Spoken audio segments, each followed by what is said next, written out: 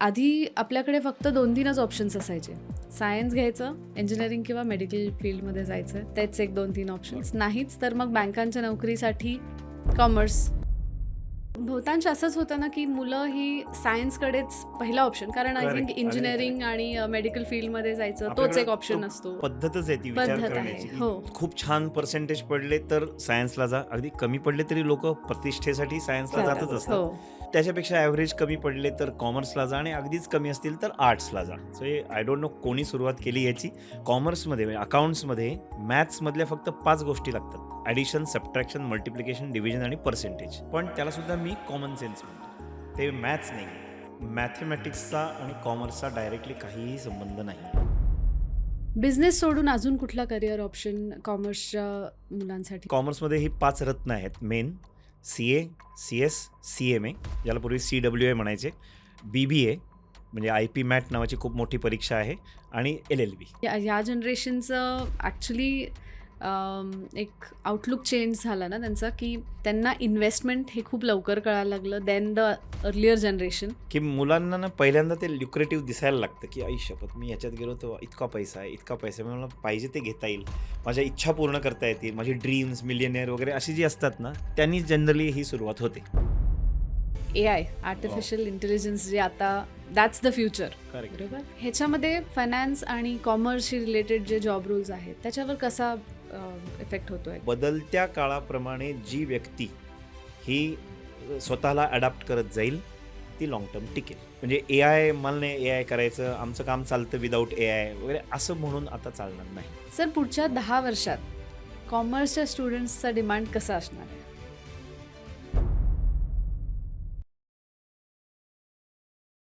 नमस्कार, मी प्रिया कळसकर तुम्हा सर्वांचं स्वागत करते महाराष्ट्र शिक्षणच्या पॉडकास्टमध्ये, जिथे आपण अशा व्यक्तींना भेटतो ज्यांनी आपली आवड ही आपली ओळख बनवली आहे. आणि आज आपण अशाच एका व्यक्तींना भेटणार आहोत, कौस्तुभ आत्रे सर. सर आपल्याला कॉमर्स या विषयावर मार्गदर्शन करणार आहेत. कॉमर्स डिग्री कोणी घ्यावी, कधी हा ऑप्शन चूज करायचा, हा प्रश्न आपल्याला सगळ्यांनाच पडतो. पण ह्याचेच उत्तरं आज आपल्याला सर देतील. सरांना 30 वर्षाहून जास्त कॉमर्स शिकवण्याचा अनुभव आहे. ॲम्बिशन्स कॉमर्स इन्स्टिट्यूट हे त्यांचं फाउंडेशन आहे, जिथे ते 20,000हून जास्त मुलांना त्यांनी आजपर्यंत शिक्षण दिलं आहे, मार्गदर्शन दिलं आहे. Sir, welcome to the podcast. Sir, सर्वात आधी तुम्ही कॉमर्सची डिग्री कशी सिलेक्ट केली तुमच्यासाठी? म्हणजे जनरली असं होतं, की मार्कांवर डिपेंड असतं. 10वी नंतर किती मार्क पडले आणि त्याच्यावर अवलंबून असतं, की सायन्स घेणार की कॉमर्स की आर्ट्स, हे त्या काळी असं होतं. तर तुमच्याबद्दल कॉमर्स हा विषय माझ्या कसा लाईफमध्ये आला? कॉमर्स कसं आलं? येस. त्याची स्टोरी अशी आहे, की 10वी मध्ये प्रिलिम्स असतात शाळेमध्ये. बरोबर. त्यामध्ये माझं सपाटून वाट लागली. पानिपत झालं आणि मग आई-वडिलांनी समोर बसवलं आणि विचारलं, की पुढं काय करायचं आहे? म्हटलं काय असतं? मग त्यांनी समजावून सांगितलं, की सायन्स काय असतं? कॉमर्स काय असतं? आर्ट्स काय असतं? प्रत्येक ठिकाणी अभ्यास किती करायला लागतो? त्याच्या पुढं जाऊन काय मिळतं? काय होतं? हे त्यांनी माझं वैचारिक घेतलं आणि त्याच्यातून मला कॉमर्स जास्त भावलं किंवा अपील झालं. कारण त्याचं असं होतं, की त्यांनी जे मला एक्सप्लेन केलं आणि आता इतक्या वर्षांच्या अनुभवात मी जे बघत आहे, की कॉमर्स म्हणजे आपल्या आजूबाजूला जे जग चालू आहे ना, त्याचा अभ्यास आणि त्याच्यात काम करणं. म्हणजे for example banks, insurance company, stock exchanges, joint stock company, business, management, administration या सगळ्या गोष्टी आपल्या आजूबाजूला घडत असतात. आणि रोजच्या लाईफमध्ये सुद्धा आपण रोज मॅनेजमेंटच करत असतो. टाईम मॅनेजमेंट, मनी मॅनेजमेंट, मॅन मॅनेजमेंट. सो ह्या सगळ्या गोष्टी मला छान वाटल्या. म्हणून मी कॉमर्स निवडायचं ठरवलं आणि देवाच्या कृपेने असंही घडलं होतं, की प्रिलिमपासून फायनल एक्झामपर्यंत अभ्यास झाला होता. मार्क पण बरे पडले होते. त्या काळी ते बरे होते. 77.14 खूप असतात त्या काळी आणि त्या बेसिसवर मी सायन्सला पण फॉर्म भरला होता, कॉमर्सला पण फॉर्म भरला होता आणि दोन्हीकडे तो ॲक्सेप्ट झाला होता. बी-एम-सी-सी पण आणि एस-पी कॉलेजसुद्धा. पण ते ठरवलं होतं, की आपण कॉमर्सला जाऊ कारण सगळ्या वर्गातल्या मित्रांनी सायन्स घेतलं होतं. म्हणून मग मी पण त्यांच्याबरोबर सायन्सचा फॉर्म भरला होता. पण वेळीच आठवलं, की आपण ठरवलंय कॉमर्सला. So I continued with commerce in BMCC. पण बहुतांश असंच होतं ना, की मुलं ही सायन्सकडेच पहिला ऑप्शन, कारण आय थिंक करेक्ट. अगदी करेक्ट. इंजिनिअरिंग आणि मेडिकल फील्डमध्ये जायचं तोच आपल्याकडे एक तो ऑप्शन असतो. पद्धतच आहे ती विचार पद्धत आहे. करण्याची, की हो. खूप छान पर्सेंटेज पडले तर सायन्सला जा. अगदी कमी पडले तरी लोकं प्रतिष्ठेसाठी सायन्सला जातच जातात. असतात. हो. त्याच्यापेक्षा ॲव्हरेज कमी पडले तर कॉमर्सला जा आणि अगदीच कमी असतील तर आर्ट्सला जा. सो हे आय डोंट नो कोणी सुरुवात केली याची, पण असं आहे. पण असं आहे. हो, बरोबर आहे. पण ते आता मी बघतोय की अनेक लोकं इन्फॉर्म्ड डिसिजन जे घेत आहेत, त्यात असे अनेक विद्यार्थी आहेत की 99 माझ्याकडे 100% पडलेली पण विद्यार्थिनी होती. जिला 10वीत 100% मार्क्स आहेत. तिने कॉमर्स कॉमर्सच चूज केलं करायचं होतं. होतं. कारण तिला पुढे एम-पी-एस-सी, यू-पी-एस-सी करायचं आहे. ती म्हटली मला सायन्सला जाऊन नाही करायचं आहे. मला कॉमर्सला जाऊन करायचं आहे. म्हणजे असं विद्यार्थी आहेत की जे छान पर्सेंटेज पडून सुद्धा कॉमर्सला येत आहेत सध्या. म्हणजे आता आता हे चेंज होतंय की कॉमर्स हे सेकंडरी सब्जेक्ट नाहीये. नाही. आता ते इक्वल टू सायन्स आहे. चॉईसनी सुद्धा आणि त्याच्या पुढच्या युटिलिटीनी सुद्धा. सो हे ओके. आणि महत्वाचं हे आहे. फक्त अवेअरनेसमुळे आहे. आता लोकांना माहीत झालं की बरोबर. कॉमर्स काय आहे किंवा त्यांना काय करायचंय पुढे जाऊन. आय थिंक आधी आपल्याकडे फक्त 2-3च ऑप्शन्स असायचे. सायन्स घ्यायचं, इंजिनिअरिंग किंवा मेडिकल फील्डमध्ये जायचं. तेच एक 2-3 ऑप्शन्स. बरोबर. नाहीच तर मग बँकांच्या नोकरीसाठी कॉमर्स बरोबर. किंवा अजून एक असं एक अंडरस्टँडिंग आहे की जर तुमचं मॅथ्स चांगलं आहे, if you are good in numbers, mathematics चांगलं आहे, हिशोब वगैरे छान करता, हिशोबी आहे, तशा टाईपचं काही नॉलेज आहे, तर मग तुला कॉमर्स सुटेबल आहे. मी बरं असंही झालं काही आहे बोललात. का? बरं झालं बोललात. मी सांगतो पहिल्यांदा. मॅथेमॅटिक्सचा आणि कॉमर्सचा डायरेक्टली काहीही संबंध नाहीये. अकाउंटन्सीमध्ये फिगर्स आहेत, डिजिट्स आहेत, पण ते मॅथेमॅटिक्स नाहीये. कॉमर्समध्ये म्हणजे अकाउंट्समध्ये मॅथ्समधल्या फक्त 5 गोष्टी लागतात. Multiplication, addition, subtraction, multiplication, division आणि पर्सेंटेज. पण त्यालासुद्धा मी कॉमन सेन्स म्हणतो. ते मॅथ्स नाहीये. सो मॅथेमॅटिक्समधलं जे नॉलेज असतं ते कॉमर्सला अकाउंट्स करत असताना गरजेचं नसतं. ओके. कॉमर्सला एक वेगळा विषय आहे ना मॅथेमॅटिक्स, कमर्शियल अरिथमॅटिक्स आहे, तिथे स्टॅट्स आहे, तिथे त्यांचं नॉलेज वापरता येतं. पण मॅथ्स चांगला असेल तर तू कॉमर्सला जा, हे बरं झालं विषय काढलात असं नाही आहे. सो रादर मी असं म्हणेन की ज्यांना ह्या सगळ्या गोष्टीत इंटरेस्ट आहे ना, की बँक कशा काम करतात, इन्शुरन्स कंपनीज कशा काम करतात, स्टॉक एक्सचेंज कसं काम करतं, ते शेअर्स वर जातात, खाली जातात म्हणजे काय घडतं, ह्यात ज्यांना मजा वाटते ना किंवा मॅनेजमेंट कशी करतात, कंपनी चालते कशी, स्टार्टअप करायचं आहे, मग मी त्यासाठी पहिल्यापासून काय करू, ॲडव्हर्टाइजमेंट कशी करू, हे सगळं ज्यांना आवडतं, त्या माणसांनी कॉमर्सला यावं. पर्सेंटेजचं द्या सोडून. मग आता बिझनेस आणि स्टार्टअप्सवाल्यांसाठी कॉमर्स इज युजफुल. त्यांना खूप डेफिनेटली. म्हणजे मदत. त्यांना जर स्टार्टअप हा त्यांच्या इंजिनिअरिंग किंवा सायंटिफिक नॉलेजचा करायचा असेल, तर ऑब्व्हियसली ते नॉलेज असणं गरजेचं आहे. पण कुठल्याही बिझनेसला हे 2 ॲस्पेक्ट्स असतात.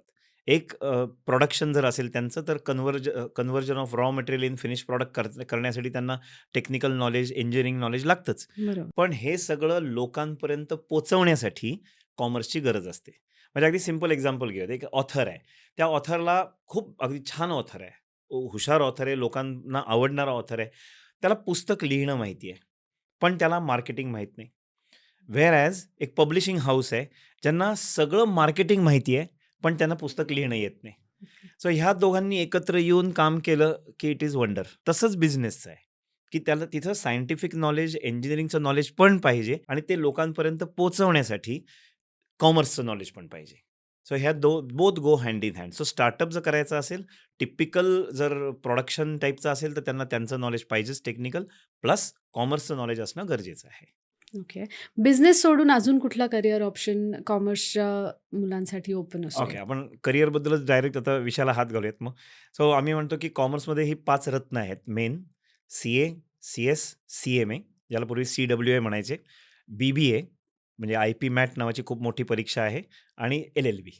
ही पंचरत्न कॉमर्समध्ये समजली जातो. म्हणजे मी म्हणतो त्यांना पंचरत्न. कारण येणाऱ्या विद्यार्थ्यांना ह्या 5 पैकी नक्की काही ना काहीतरी आवडतं. सो पहिला आहे चार्टर्ड अकाउंटन्सी. सगळ्यांनाच तो माहिती आहे, की चार्टर्ड अकाउंटन्सीमध्ये काय करायचं असतं, की बिझनेसचे अकाउंट्स हे मेंटेन करायचे असतात, चेक करायचे असतात, इन्कम टॅक्स डिपार्टमेंटला सबमिट करायचे असतात, टॅक्स लायबिलिटी कॅल्क्युलेट करायची असते. ह्या सगळ्याला जे नॉलेज लागतं ते सगळं असतं सी-एमध्ये.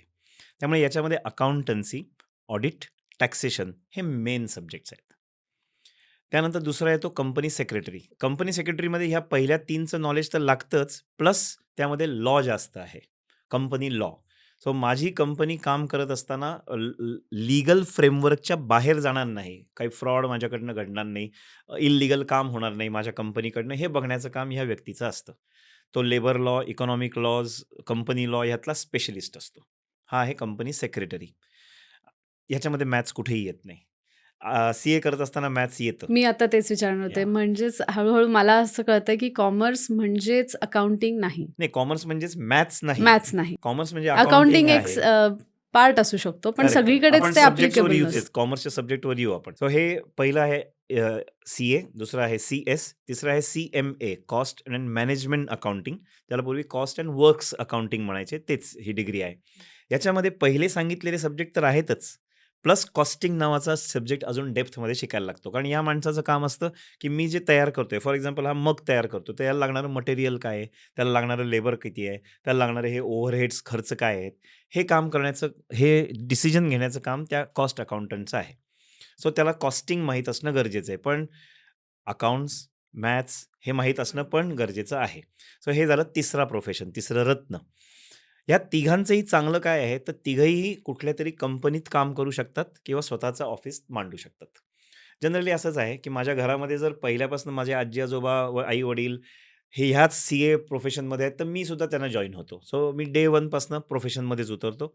पण माझ्या घरात अशी काही लिनिएज नसेल, देन इट इज बेटर की आधी मी कुठल्यातरी कंपनीत काम केलं, अनुभव मिळवला, सी-ए फर्ममध्ये काम केलं, अनुभव मिळाला and then I started my own practice.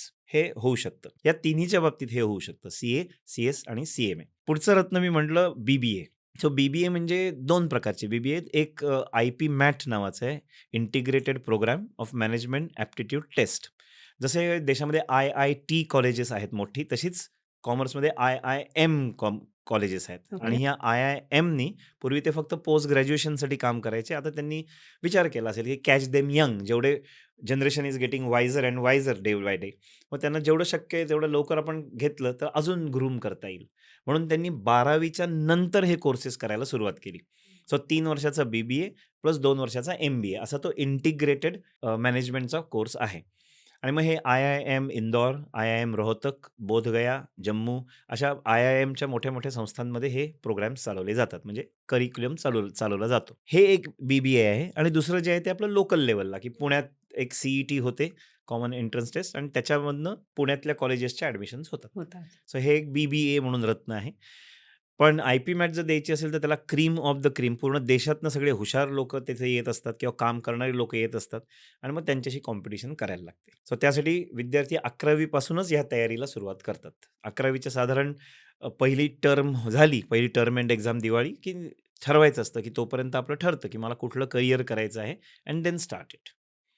आणि शेवटचं रत्न 5वं म्हटलं मी एल-एल-बी. यात पण 2 प्रकार आहेत. एक नॅशनल लॉ युनिव्हर्सिटी, जे गव्हर्नमेंटचे कॉलेजेस आहेत ती, आणि दुसरे आहे जे लोकल लेव्हलची असतात, आपले पुणे लेव्हलची, स्टेट लेव्हलची ती. सो ह्यामध्ये परत तसंच आहे, की नॅशनल लेव्हलला जेव्हा तुम्ही उतरत असता तेव्हा तुम्ही त्यांना क्रीम ऑफ द क्रीम लोकं पाहिजेत. त्यांना मेडिऑकर लोकं नको आहेत. मग ती लोकं होण्यासाठी, क्रीम ऑफ द क्रीममध्ये बसण्यासाठी परत you have to start from 11th standard half term. म्हणजे मी सिंपल सांगतो, की तुम्हाला जर लाँग जंप मारायची असेल, तर लाँग जंप तुम्ही एका जागी उभं राहून लाँग जंप नाही मारू शकत. तुम्हाला लांबून पळत यायला लागतं आणि मग ती उडी जास्त लांब जाते. तसे हे करिअर्स आहेत सगळे 5ही. ओके. की तुम्हाला आता चला छान वाटतंय, आता मी आजपासनं सी-एचा अभ्यास सुरू करतो, असं नाही करता येत. You have to prepare yourself. So मनामध्ये पहिलं ठरवायला लागतं, की मला सी-ए करायचं आहे. आई-वडिलांना वाटतंय, की मुलांनी सी-ए करावं. माझे सगळे मित्रमंडळी सी-ए करतायत म्हणून मी करतोय. मी कोणाला तरी छान इन्फ्लुएन्शियल व्यक्तीला पाहिलं होतं, माझा काका, माझा मामा, कसला पॉवर होतं त्याच्या हातात. असं नाही चालत. तुम्हाला सी-ए करायचंय तर तुम्हालाच सी-ए करायचं आहे. You have to be self motivated for these first 3 professions. Self मोटिव्हेटेडचा अर्थ असा, की मी ठरवलंय सी-ए होणार, तर पुढची 4.5-5 वर्ष मी स्वतःला सांगतोय, की yes I want to become chartered accountant. मी घरात लावूनच टाकायचा बोर्ड, कौस्तुभ अत्रे. आज 2026 आहे, 2031 मध्ये मी सी-ए झालो. आणि त्याच्याकडे बघून you have to be motivated all the time. Whereas ह्या 2 जे उरलेले आहेत, बी-बी-ए आणि एल-एल-बी, याच्यामध्ये तुम्ही मोटिव्हेटेड लागतंच, पण नसाल तरी हरकत नाही. कॉलेज तुमच्याकडनं बरोबर काम करून घेतं.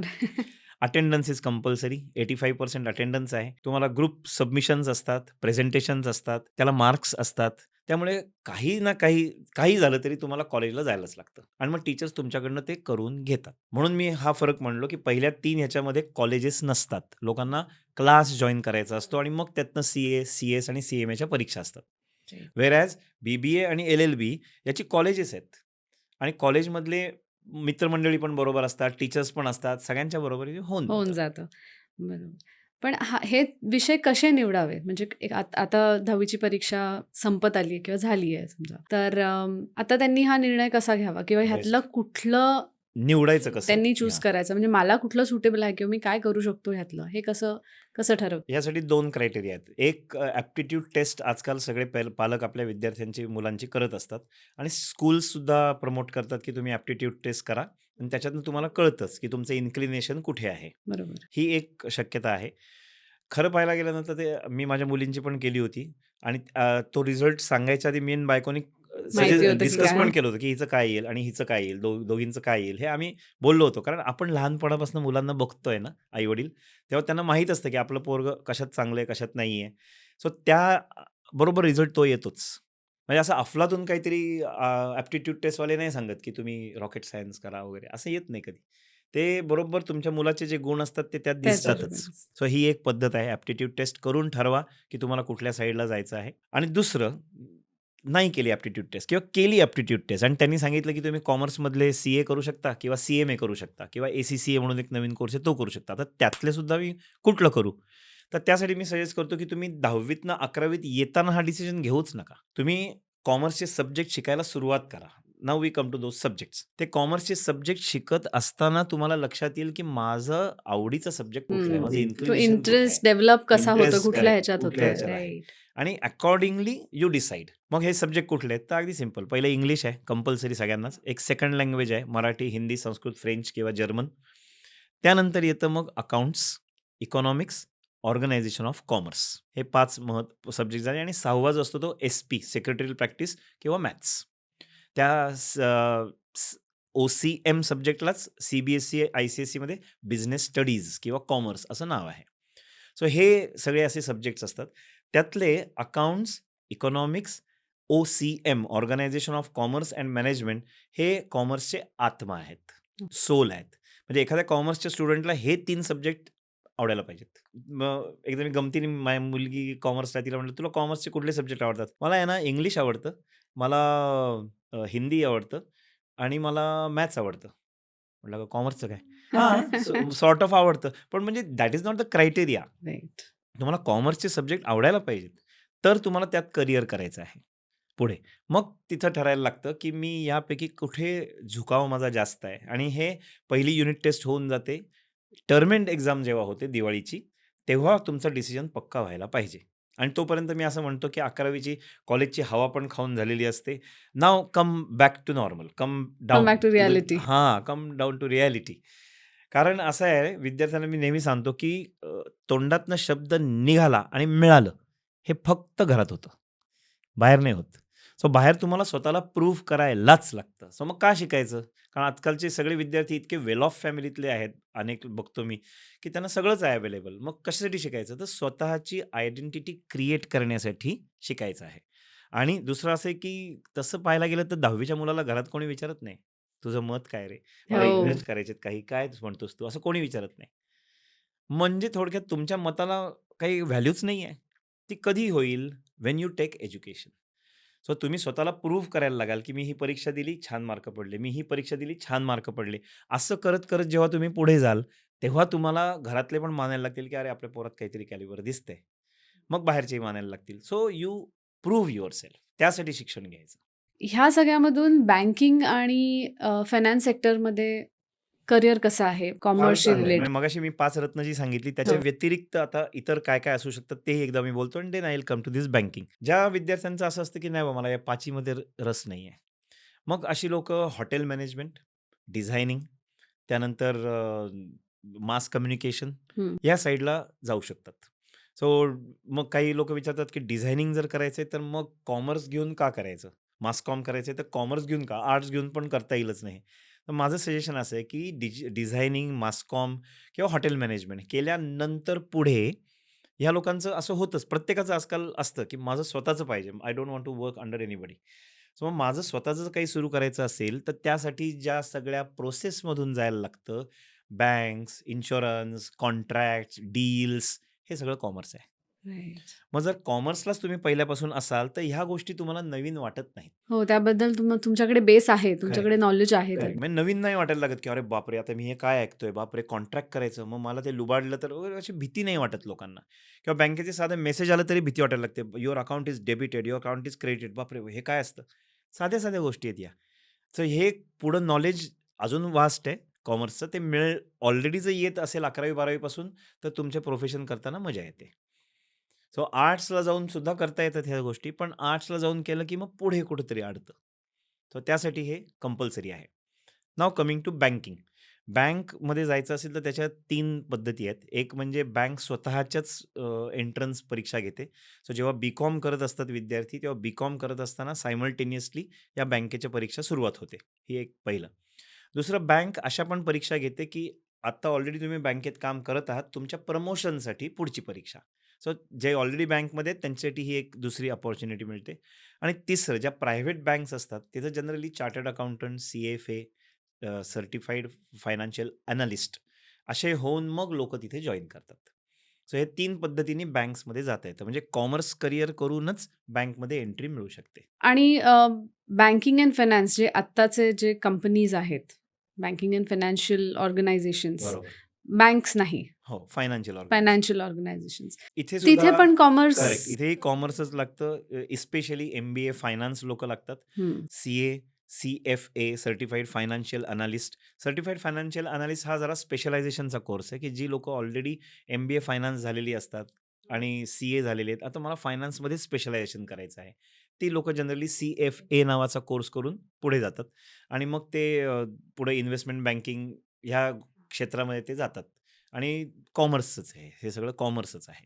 अजून कुठले बँकिंग आणि काही ठराविक ऑर्गनायझेशन्स किंवा इंडस्ट्री जर आपण सोडले किंवा रोल्स जर आपण सोडले, तर अजून काय एक्सप्लोर करू शकतात हे कॉमर्सचे स्टुडंट्स? मुंबई युनिव्हर्सिटीमध्ये काही कोर्सेस आहेत, हं, हं. जे बँकिंग अँड फायनान्सशी रिलेटेड आहेत. इन्शुरन्स अँड बँकिंगशी रिलेटेड आहेत. फायनान्शियल मार्केटशी रिलेटेड आहेत.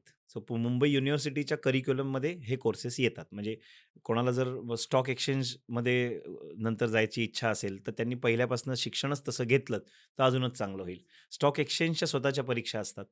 तुम्हाला जर पुढे जाऊन त्याच्यात काम करायचं असेल तर. सो ही पण क्षेत्र विद्यार्थ्यांसाठी ओपन आहे आणि मी स्पेशली पॅन्डेमिक नंतर हे बघतो, की विद्यार्थ्यांना स्टॉक एक्सचेंज हे असं वाटायला लागलं, की ही कामधेनू आहे. मला जे वाटेल ते इथून मला खळा मिळणार आहे. पण असं नसतं. मी विद्यार्थ्यांना सांगतो, की you have to study.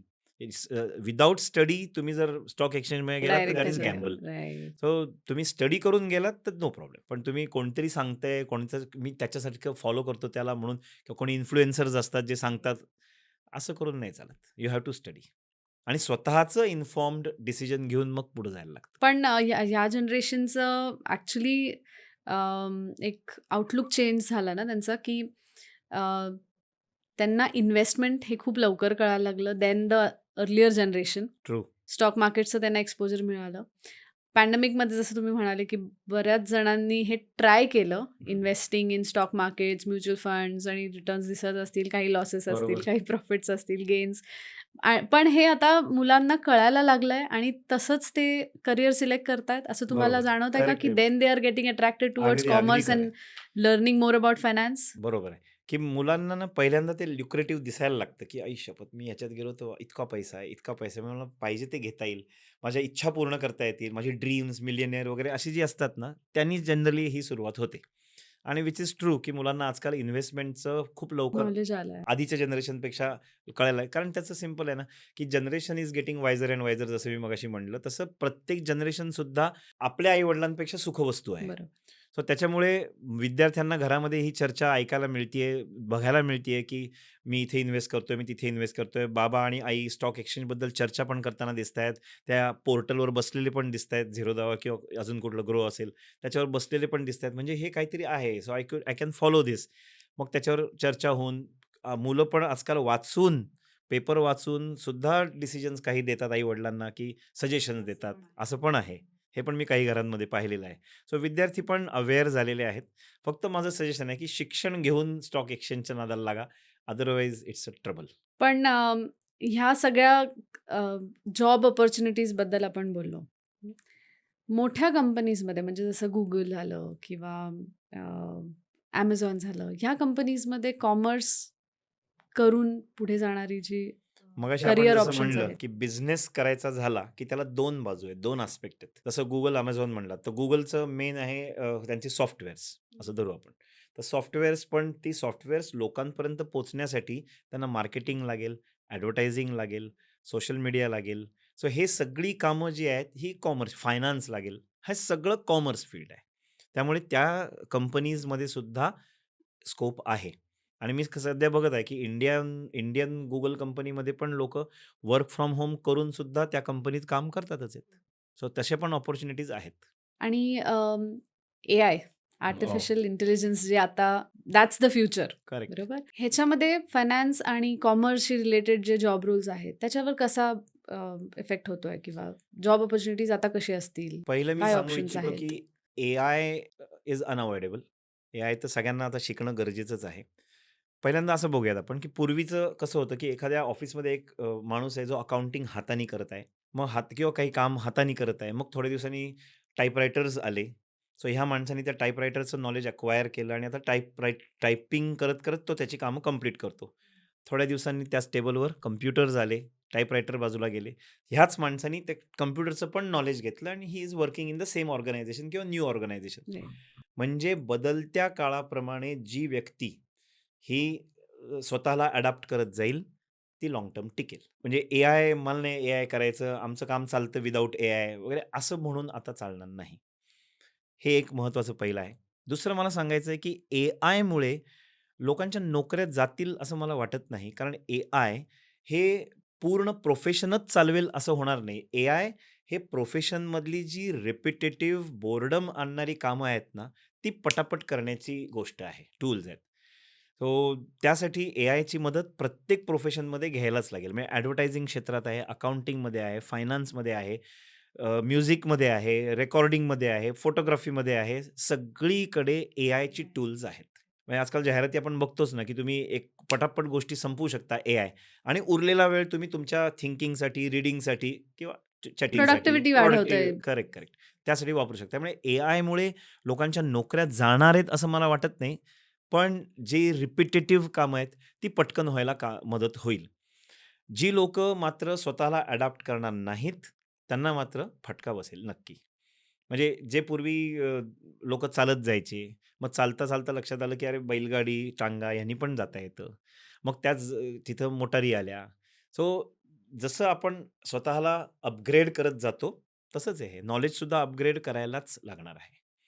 Plus हे पण मी सांगू इच्छितो, की आता इमॅजिन करून बघूयात, की घरात स्वयंपाकघरामध्ये घरात जेवण तयार करायला आणि जेवण वाढायला रोबो आणून ठेवला. पहिल्यांदा छान वाटेल. नवीन काहीतरी. किती दिवस चालेल हे? तिथं ह्युमन टच लागणारच आहे. म्हणजे काही दिवसांनंतर म्हणजे सपोज आई बसली नुसती अशी कोपऱ्यामध्ये, "हां, चालू दे, बघते मी." तर नाही चालणार आहे हे. नाही चालणार. यू बरोबर. Cannot replace that the mother factor. Right, right, right. त्यामुळे जिथे ह्युमन टचची गरज आहे, इमोशन्सची गरज आहे, प्रेम पाहिजे, तिथे एआय नाही काम करू शकत. रोबो काम नाही करू शकत. त्यामुळे टीचिंग म्हणा किंवा आता माझी मुलाखत घ्यायला इथं रोबो बसला असेल, तर मी ज्या ज्या पद्धतीने मी आत्ता उत्तर देतोय, मे बी तशी नाही देणार. मी पण त्याच्यासारखे मेकॅनिकली उत्तर देईन, निघून जाईन. बरोबर. सो फरक पडतो. जिथे ह्युमन टचची गरज आहे, तिथं ह्युमन टच शिवाय काम होणार नाही. पण मग आता हे रेकॉर्डिंग झाल्यानंतरची कामं कशी पटकन एडिट करायची वगैरे, इथे एआय लागेल. सो एआय पूर्ण प्रोफेशन रिप्लेस करू शकत नाही, असं मला वाटतं आणि ते खरं असावं आणि मदत मात्र एआयची नक्की होईल. सर, पुढच्या 10 वर्षात कॉमर्सच्या स्टुडंट्सचा डिमांड कसा असणार आहे? असा विशिष्ट आकडा असा तयार नाहीये नंबर, की कोणी स्टॅटिस्टिक्स असं काढलं नाहीये, की डिमांड एंड सप्लाय रेशो काय आहे तो. पण जोपर्यंत बिझनेस चालू राहणार आहे, जोपर्यंत जॉइंट स्टॉक कंपनीज चालू राहणार आहेत, तोपर्यंत कॉमर्सला मरण नाही. जोपर्यंत हे चालू आहे, की एखादं प्रोडक्शन ॲक्टिव्हिटी आहे, तर त्याला बॅकबोन हा कॉमर्सचा आहे. सो त्यामुळे हे चालूच राहणार आहे. फक्त आता जे इंडस्ट्री इव्हॉल्व होतीये ना, त्या दृष्टीने मी सांगेन, की डिमांड वाढणार आहे. कारण गव्हर्नमेंटसुद्धा अनेक इतर देशांशी जे कॉन्ट्रॅक्ट करतात. अ, देवेंद्र फडणवीस आत्ता दावोसला गेले होते, तेव्हा त्यांनी अनेक कॉन्ट्रॅक्ट्स महाराष्ट्रासाठी आणले. त्यामुळे महाराष्ट्रामध्ये नवीन-नवीन इंडस्ट्रीज येणारच आहेत आणि तिथे एस्टॅब्लिश्ड झालेले जे ऑलरेडी एम्प्लॉईज आहेत, ते सोडून गेले तर मग परत जागा रिकामी होणारच आहे ना. म्हणजे जागा वाढणार आहेत असं माझं म्हणणं आहे. त्यामुळे कॉमर्सची नीड ही जरूर आहे. फक्त स्किल्ड लोकांची. मेडिओकर लोकांना ऑब्व्हियसली कुठेही असं फेस करायलाच लागतो संकट. त्यामुळे मी सजेस्ट करीन की कॉमर्सला आलात की कुठली ना कुठली तरी एक्सपर्टीज तुमच्यामध्ये असायला पाहिजे. फॉर एक्झाम्पल एक्सपोर्ट मॅनेजमेंट असेल किंवा सप्लाय चेन मॅनेजमेंट असेल किंवा मासकॉमला जरी गेले तरी त्यांच्यात स्पेशालिटी असायला पाहिजे. मास कम्युनिकेशन याचा अर्थ film industry, television industry, advertising industry याच्यामध्ये जे काम करायला लागतात ती लोकं. तुम्ही कुठलंही चूज करा कॉमर्सला आल्यानंतर, पण त्याच्यामध्ये go till end, go on top, तर तुम्हाला नक्कीच त्याच्यामध्ये रस आहे. म्हणून मार्कांवरनं ठरवण्यापेक्षा मला इंटरेस्ट कशामध्ये आहे, हे जर ठरवून कॉमर्समध्ये उतरलात, तर you will go long journey. आणि आत्ता जी मुलं 10वी-12वी ची परीक्षा देत आहेत आणि पुढचं आता त्यांना करियर सिलेक्शन करायचं आहे. आणि स्पेशली ग्रामीण भागातल्या मुलांसाठी तुम्ही कसं गाईड कराल त्यांना, की त्यांनी कसं हे सिलेक्ट करायचं आहे किंवा काय मार्गदर्शन त्यांना द्याल? ग्रामीण भागातल्या विद्यार्थ्यांचे 2 अनुभव मी सांगतो, जे आत्ता मला रिसेंटली आले ते. एक अनुभव असा आहे, की एका वडिलांचा फोन आला मला आणि ते म्हटले, की "अमुक-अमुक नाव आहे माझ्या मुलाचं, तर कसा करतोय तो?" म्हटलं, "सर, हे नाव मी आत्तापर्यंत कधी ऐकलं नाही." 4-5 महिने झाले होते क्लास सुरू होऊन. ते म्हटले, "अहो, असं काय करता?" मी येऊन त्याला पुण्यात सोडलंय, त्याला हॉस्टेल लावलंय, त्यांनी क्लासची फी पण माझ्याकडनं घेतली भरायला. नाही कसं म्हणता? म्हटलं, मला वेळ द्या थोडा." मी अटेंडन्स शीट काढून पाहिलं. माझ्या अटेंडन्स शीटमध्ये नाव नव्हतं. मी ऑफिसला जाऊन विचारलं, की तुमच्याकडं नाव आहे आणि माझ्याकडे यायचं राहिलंय, असं काही झालंय का बघा? तिथेही नाव नाहीये. मग त्यांना फोन केला, की "सर, असं नाहीये. हा विद्यार्थी आमच्यासमोर आलाच नाहीये." ते म्हटले, "अहो, असं कसं होईल?" म्हटलं, "तुम्ही फोटो पाठवा बरं." त्यांनी फोटो पाठवला मुलाचा. म्हटलं, "अहो नाही, मी या विद्यार्थ्याला वर्गात पाहिलेलं नाही." कारण मला लक्षात राहतात सगळे विद्यार्थी. म्हटलं, "नाही पाहिलं मी याला." हे 11वीत घडलं. ते येऊन भेटून गेले. ते म्हटले, "मी याला समजावून सांगितलेलं आहे. हा नुसता रूमवर बसून असतो. हा बाहेर पडत नाही असं कळलंय आणि त्याला मोबाईलचा छंद लागलेला आहे आणि त्याच्यामुळे तो त्याच्यातच रममाण झालाय." तर मी त्याला सांगितलंय समजून, "12वीत तू जायचं आहेस म्हणून." 11वी तर कॉलेजनी त्याची निभावली. आता 12वीत परत तेच 2 महिन्यानंतर नाहीच आहे विद्यार्थी आलेला. शेवटी वडील आले, त्याला उचललं, त्याचा बाळ-बिस्तारा सगळा उचलला, घेऊन गेले. तिकडं शिक म्हटले आता. हे एक उदाहरण ग्रामीण भागातलं. म्हणजे ग्रामीण भागातले विद्यार्थी शहरामध्ये जेव्हा येतात, तेव्हा हा प्रकार एक ऑब्झर्व्ह केलेला. दुसरा एक प्रकार असा आहे, एक बुलढाण्याचा विद्यार्थी, इतका सरळ विद्यार्थी, की तुम्हाला काय सांगू म्हणजे शिकवावं तर या विद्यार्थ्यासाठी इतकं फोकस्ड. Focused, complete focused. त्याला माहिती आहे तो पुण्यात कशासाठी आला होता, त्याच्या घरची परिस्थिती काय हे त्याला माहिती आहे आणि त्याला त्या परिस्थितीमधनं घराला वर उचलायचं आहे हे टार्गेट होतं. आणि तो आला पुण्यामध्ये, पुण्यात एका कॉलेजमध्ये, नामांकित कॉलेजमध्ये ॲडमिशन घेतली. अनफॉर्च्युनेटली त्या रस्त्यावरून जात असताना कॉलेजच्या त्याला म्हणजे किती प्रिन्सिपल्ड मुलगा आहे ह्यासाठी मी सांगतोय. मुली सिगारेट ओढताना दिसल्या. त्यांनी लगेच आईला फोन करून सांगितलं, "मला या कॉलेजमध्ये जायचं नाही. जिथं असे विद्यार्थी आहेत तिथं मला जायचं नाही." आईनी मग ते ॲडमिशन कॅन्सल केली. त्यांच्या गावाकडेच ॲडमिशन घेतली. पण हा म्हणला, "सी-एचं एज्युकेशन मात्र पुण्यासारखं कुठं मला मिळणार नाही, म्हणून मी इथंच राहतो." तर हा सकाळी पहाटे उठायचा, व्यायाम करायचा, क्लासला यायचा, शिकायचं माझ्याकडं. शिकून झालं, की तो एका चार्टर्ड अकाउंटन्सी फर्ममध्ये कामाला जायचा. 11वी-12वीतलाच मुलगा होता, त्यामुळे त्याला असं काही ग्रेट घडणारच नव्हतं. हो. पण त्याला तिथं राहून त्या वातावरणाचा इतका आवड निर्माण झाली, एक्सपिरियन्स मिळायला लागला, सर कसे बोलतात, ऑफिसमधली लोकं काय-काय कामं करत असतात, हे ऑलरेडी त्याच्या डोक्यामध्ये तयार व्हायला लागलं. म्हणजे एक सॉर्ट ऑफ इंटर्नशिपच झाली ना त्याची, हो. स्वतःनी केलेली. याचं एवढंच नाही, शनिवार-रविवार वेळ खूप असायला लागला, कारण कॉलेज नाही आहे इथे. मग टाईमपास करण्यापेक्षा तिथंच शेजारी डॉक्टर होते, त्या डॉक्टरांना विचारलं, की "तुम्हाला शनिवार-रविवार काही मदत लागत असेल तर मला सांगा." हा रिसेप्शनिस्ट म्हणून बसायला सुरुवात केली त्यांनी. तो वेगळाच विद्यार्थी आहे. पण हाही ग्रामीण भागातनंच आलेला विद्यार्थी आहे. म्हणजे थोडक्यात परत ग्रामीण भागातनं शहरात आल्यानंतर तुमच्या डोळ्यासमोर काय आदर्श आहे, तुम्ही कशासाठी इथे आलेले आहात, हे जर वैचारिक तुम्हाला मिळालं असेल आणि तयार असाल मनाने, तर जरूर शहरामध्ये जा. अदरवाईज जिथे आहात तिथनं शिकलेत तरी चांगलं आहे, काही हरकत नाही. हे एक आस्पेक्ट मी सांगितलं. आता दुसरा आस्पेक्ट मी सांगतो, की ज्यांना ग्रामीण भागामध्ये राहूनच शिकायचं आहे, तर आजकाल ऑनलाईन एज्युकेशन मिळतं. त्यामुळे त्यांनी कॉलेजमध्येच त्यांचं गावामध्येच 11वी-12वी शिकावं. प्लस ऑनलाईन कोर्सेस जे काही शहरांमधनं मिळत असतील, तर ते शिकावेत. आणि मग मुलं मोठी झाल्यानंतर 12वी झाल्यानंतर बऱ्यापैकी मोठी असतात. Then they can come to cities. So online classes त्यांना एंट्रन्स एक्झामसाठी प्रिपेअर करून घेत. हो. एंट्रन्स एक्झामसाठी ते प्रिपेअर करू शकतात. पण पुण्यात आल्यानंतर एक एक्सपोजर मिळतं. छान चकाचौंध पुण्याची जी असते ते बघितल्यानंतर विद्यार्थी जे आत्ता सांगितलं ते दोन्ही होऊ शकतं. एक वर पण जाऊ शकतं, एक खाली पण जाऊ शकतं. त्यासाठी त्यांचं व्हिजन क्लिअर करेक्ट. पाहिजे. त्यांना अगदी, माहिती अगदी. असलं पाहिजे, की मी इथे का आलोय, काय बरोबर. करायचंय? म्हणजे सगळ्यात वाईट सध्या आता मी ग्रामीण भागाशी काही संबंध नाही, पण सध्याच्या विद्यार्थ्यांचं मी सॉरी टू से पण जेन झी मला खूप आवडते. I respect them. कारण ते इतक्या डिस्ट्रॅक्शन्समधनं वाट काढत अभ्यास करत असतात तरीसुद्धा. त्यामुळे आय रिस्पेक्ट देम. म्हणजे त्यांच्या अगेन्स्ट नाही आहे मी. पण लेटेस्ट 24 तासांपूर्वीचा अनुभव मी सांगतो, की एक आई मुलीला घेऊन आली आणि त्या म्हणल्या, की मुलीला आता आय-पी-मॅट करायचं आहे. तर आता आम्ही ॲडमिशन घेऊ तिकडे. पण मला एकच शंका आहे, तिला जमेल ना हो? म्हटलं तिला शाळेत 10वीतून 11वीत येताना किती पर्सेंट पडले? छान पर्सेंट होते तिला. म्हणजे करू शकेल अशा कपॅसिटीची. म्हटलं पर्सेंट तर छानच आहेत. त्या capacity she has capacity to do. हो. म्हटलं आता मला स्क्रीन टाईम दाखवा. जरा रिलक्टंटच होती. हळूच हात म्हणजे दाखवू नको, नको दाखवू असं झालं. शेवटी दाखवलाच. आई होती, मी होतो. ॲव्हरेज 8 तास 35 मिनिटं. Screen time. Screen time. Average 8 तास 35 मिनिटं. मी खोटं नाही सांगत आहे, देव साक्षी आहे. 24 तासांपूर्वी घडलेली घटना आहे. मी म्हटलं, "मॅडम तिच्यात कपॅसिटी आहे, पण तिला वेळ नाही आहे." हां, म्हणजे काय? म्हटलं 8 तास 35 मिनिटं ती फुल टाईम एम्प्लॉयी आहे विथआऊट सॅलरी. जसे तुम्ही ऑफिसला जाता, कारण आई-वडील दोघंही ऑफिसला जातात. ते आई-वडील ऑफिसला जातात, त्यामुळे विद्यार्थी घरामध्ये दिवाळी आहे, 15 ऑगस्टच आहे. त्यामुळे ते एन्जॉय करतात आणि कोणी थांबवायला नाही, कोणी काही नाहीये करायला कोणी. नाही. आई बरोबर. म्हटली, की "मी त्याला पॅरेंटल लॉक पण घातलं होतं, टाईम लिमिट, पण तिने ते काढून टाकलं आणि त्याच्यावरनं आमची झाली जरा घरात." सो विद्यार्थ्यांनी हे कळणं गरजेचं आहे, की आपण कॉमर्सला आलोय म्हणजे आराम करायला नाही आलेलो. आपल्याला पुढं काहीतरी गोल आहे. कुठल्या माणसांनी ह्या पायंडा घालून दिलाय, की कॉमर्स 11th स्टँडर्ड म्हणजे रेस्ट इयर असतं. आय जस्ट निवांत. Don't know. हो. 11वी हा बेस आहे. सगळ्या पुढच्या एज्युकेशनचा बेस आहे.